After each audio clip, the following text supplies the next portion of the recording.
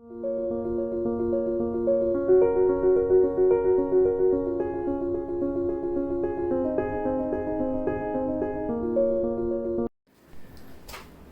बच्चों, कैसे हो? आज आपको मैं JEE नीट के थोड़े एग्जाम्पल सिखाऊंगा सॉलिड स्टेट के लिए। तो सुनो, पहले थोड़ी बेसिक इंफॉर्मेशन दे देता हूँ आपको कि क्या करना है और कैसे पढ़ना है। ठीक है, लिसन, देर आर 8 कॉर्नर। कितने कॉर्नर होते हैं? 8 कॉर्नर। जो लास्ट लेक्चर में भी मैंने आपको बताया था, 6 फेस या साइड, दोनों में से जो भी लिख सकते हो। 12 edge and 1 center in 1 unit cell, right. एक और बात बताई थी कि कॉर्नर 1/8 होते, 1/8 पोर्शन होता है एक यूनिट सेल फेस का। 1/2 पोर्शन होता है एक यूनिट सेल में। एज का 1/4 पोर्शन होता है। नहीं समझ में आता है, फिर से बता देता हूं कि एक कॉर्नर पे जो एटम रहता है दूसरे 8 यूनिट सेल से जुड़ा होता है, इसलिए हमको हम 1/8 पोर्शन लेते हैं। फेस पे जो सेंटर पे जो एटम होता है दूसरे एक बाजू वाले भी फेस के साथ जुड़ा होता है, इसलिए 1/2 वॉल्यूम ऑक्यूपाई करता है, इसलिए एक यूनिट सेल में इसको हम 1/2 लेते हैं। और एज की बात करें तो देर आर 1/4 एज जो एक एज से जुड़ी होती है, दैट्स व्हाई हम यहाँ पे 1/4 एज लेते हैं एक यूनिट सेल पे। ठीक है, वॉल्यूम ऑक्यूपाई करने के लिए। NX सेंटर में होता है, जो किसी के साथ पार्टिसिपेट नहीं करता, वो अकेला रहता है। ठीक है, अब देखो एग्जांपल कुछ ऐसा है। A solid made up from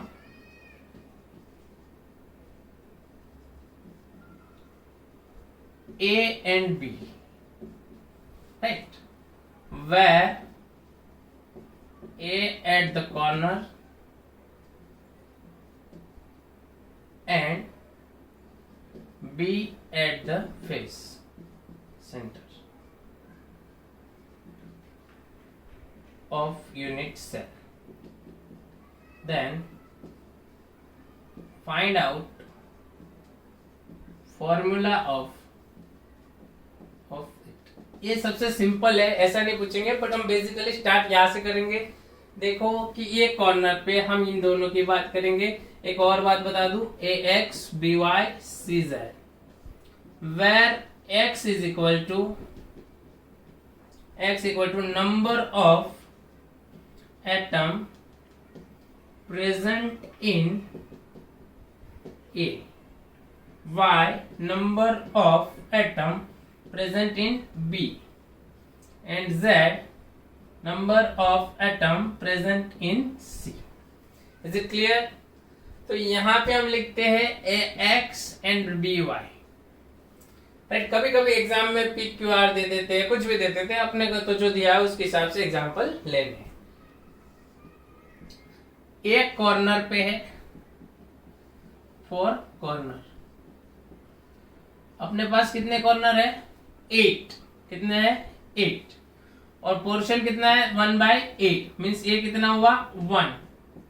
और बी की बात करें 4 फेस, तो 6 face and portion 1/2 is equal to 3। That means final formula of our solution is equal to AB3। क्या हुआ? AB3। ये अपना फाइनल फॉर्मूला हुआ। इसको पॉज करिए और लिख दीजिए, समझ में आ गया? फिर से बताता हूं कि ए कॉर्नर पे है, बी फेस पे है यूनिट सेल के, और ए और बी का पोर्शन देखना है हमें एक यूनिट सेल के लिए। Is it clear? क्या करेंगे, जितने कॉर्नर है उतने कॉर्नर को इसके पोर्शन से डिवाइड कर लेंगे, और जितने फेस है उसके पोर्शन को उसके फेस से डिवाइड कर लेंगे, हमें फाइनल फॉर्मूला मिल जाएगा AB3। Is it clear? इसको पॉज कर दीजिए और लिख लीजिए।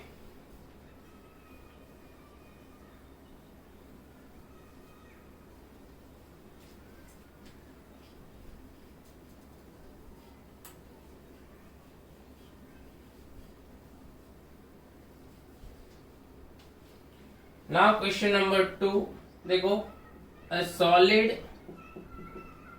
made up from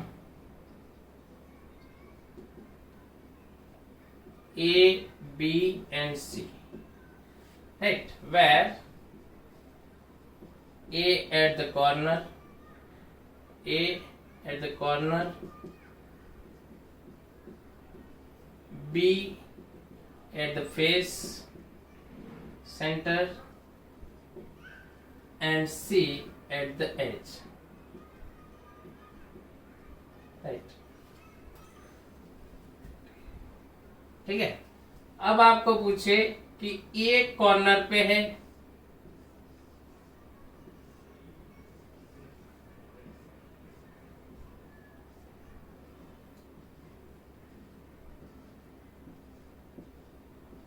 there are 8 corner, इसलिए हम क्या करेंगे 8 मल्टीप्लाई 1/8।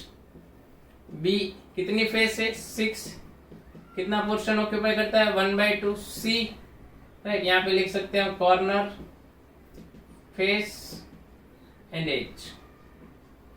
12 edge 1/4 portion. ये कितना आएगा 1, ये कितना आएगा 3 और ये कितना आएगा 3। फाइनल फॉर्मूला क्या होगा AB3C3। समझ में आया? फिर से बताता हूं कि ए कॉर्नर, बी फेस, सी एज पे है, 8 कॉर्नर है इसलिए हमने ऐसा लिखा। थोड़ा ट्विस्ट करते हैं हम लोग, सेम हियर, ए कॉर्नर पे, बी फेस पे और सी सेंटर पे। यहाँ पे फेस चेंज किया है हमने, सी सेंटर पे लिया है, एज पे नहीं लिया। दूसरा एक ट्विस्ट करते हैं कि there are 2 corner and 1 face are missing। 2 corner and 1 face are missing. अभी 2 कॉर्नर चले गए, 1 और 1 2, तो कितने बचे बाकी?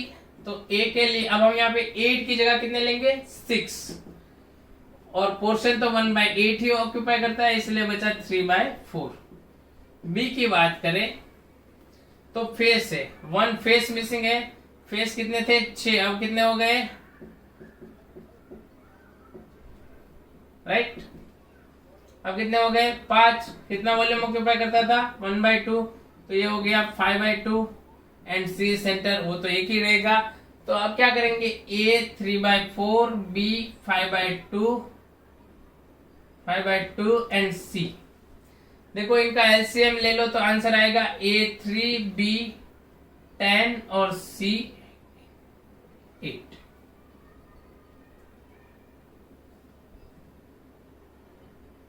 Sorry C4। ठीक है, इतना आपका आंसर आ जाएगा। एक बार कैलकुलेट करके देख लीजिएगा, इनको पॉज करें और इसको लिख लीजिए। समझ में आया? आपने एज की जगह पे क्या लिया सेंटर।